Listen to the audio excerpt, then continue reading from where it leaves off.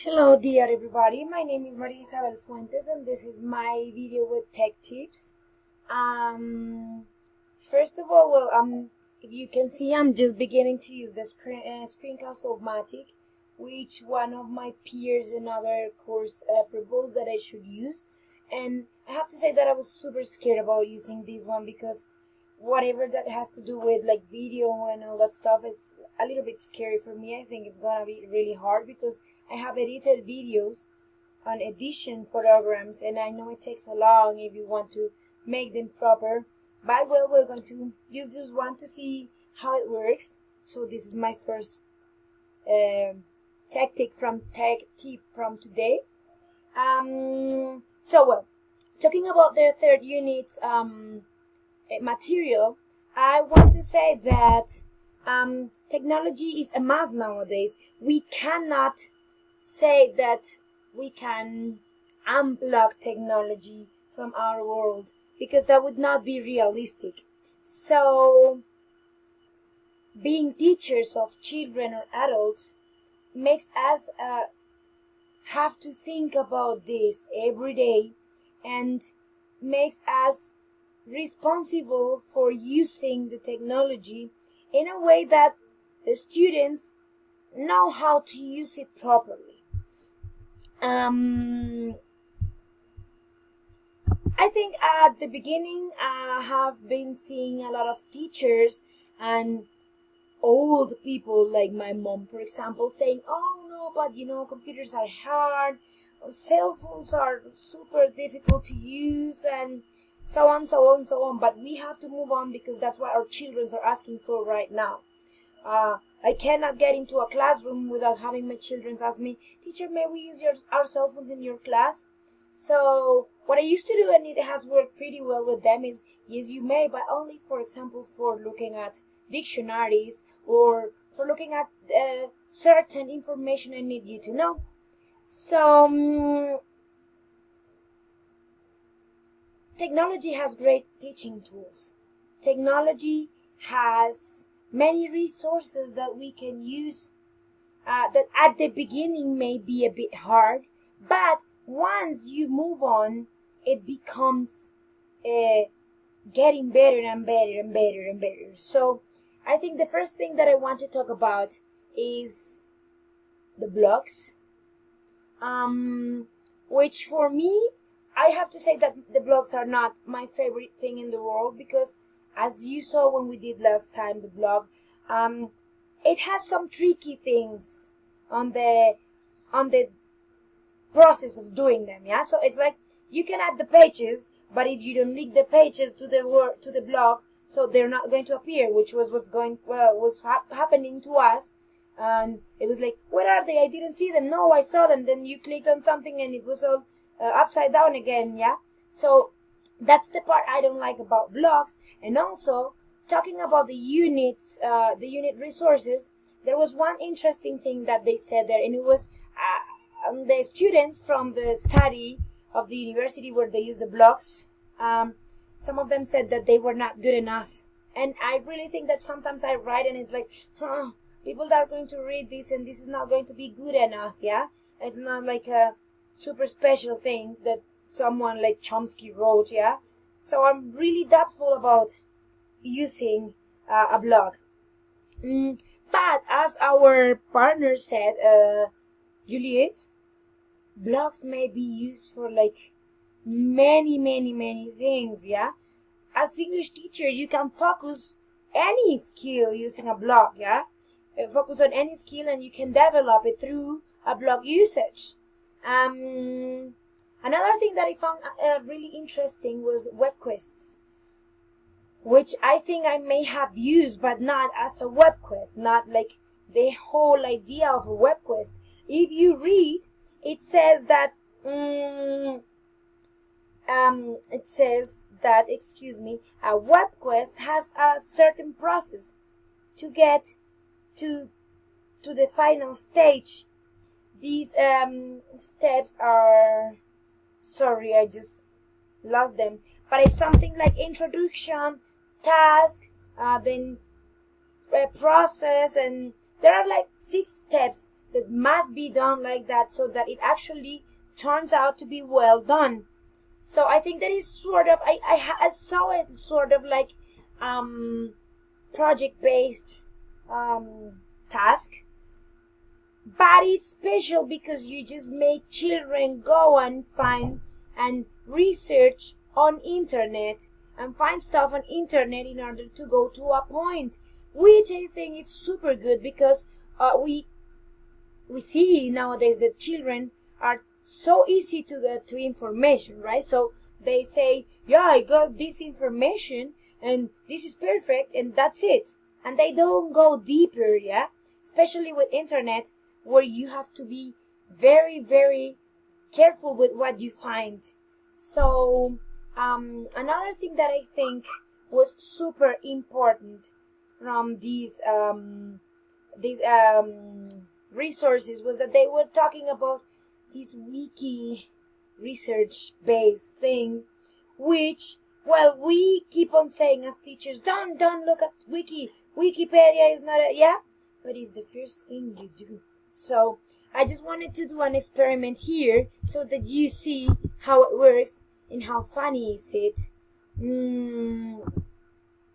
Because, well, you can, right now I'm going to show you. So if I go here, I wanted to do it from scratch. So if I go to Google and I Google WebQuest,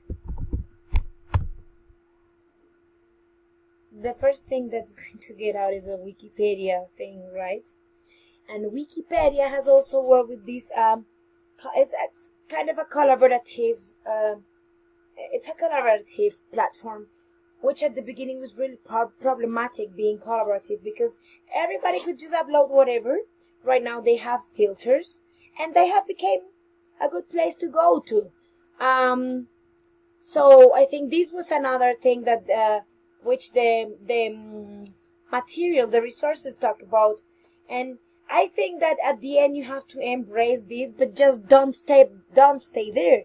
And that's where I find WebQuests a really good thing, a tool to develop like deeper things on children.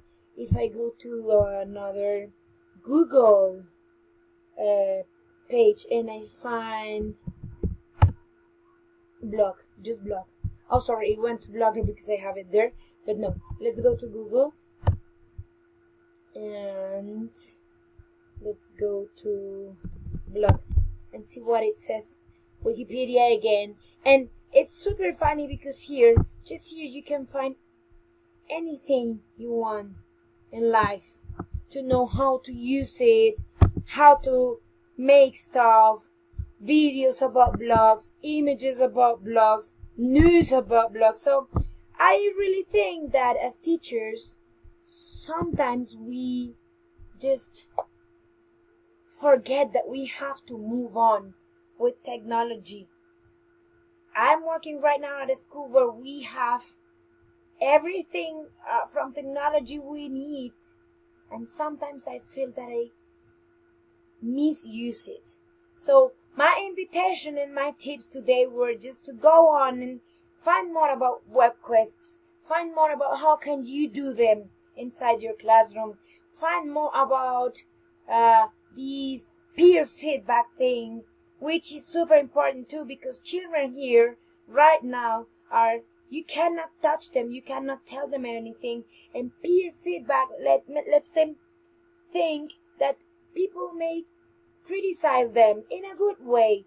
Yeah, it may also help us move on with stuff like bullying and all that stuff, because it may help us see some things that I have from myself that others do not like a lot. And also, peer feedback is very good for like specific things. For example, when we have a very, very good student who understands grammar in a perfect way, and he's always saying, she plays football. And there is this other guy who's always saying, she plays football. He can tell in a good way his peer, you know what, you keep on saying she play, but it's she plays. Yeah. So it's one of my own age, and he's talking to me in the same level, and he's telling me how to do it.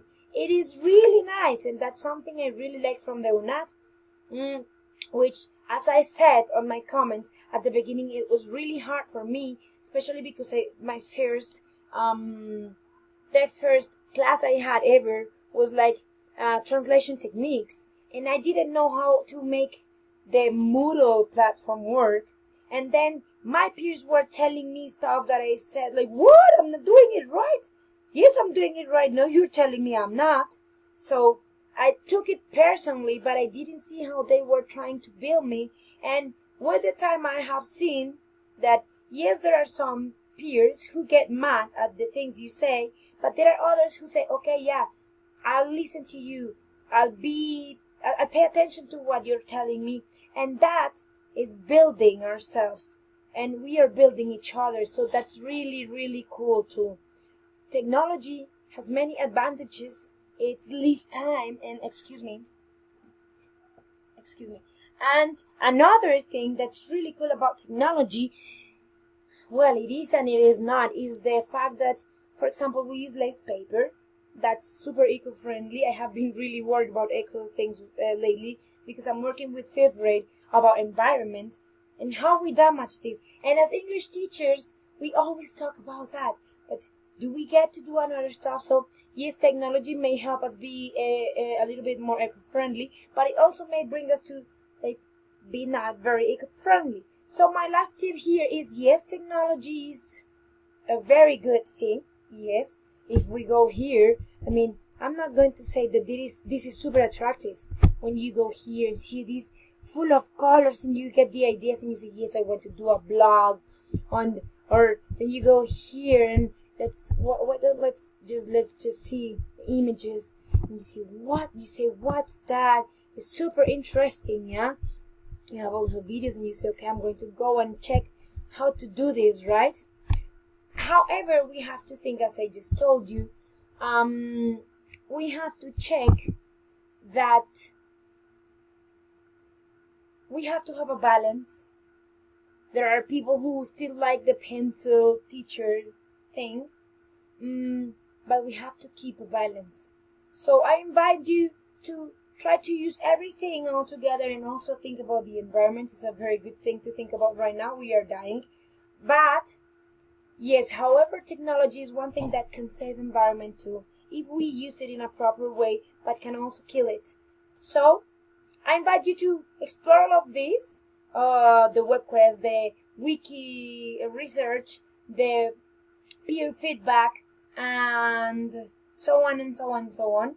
And well, I hope you like my video, and you have to use this Screen-O-Matic thing. It's amazing. Thank you so much. Bye bye.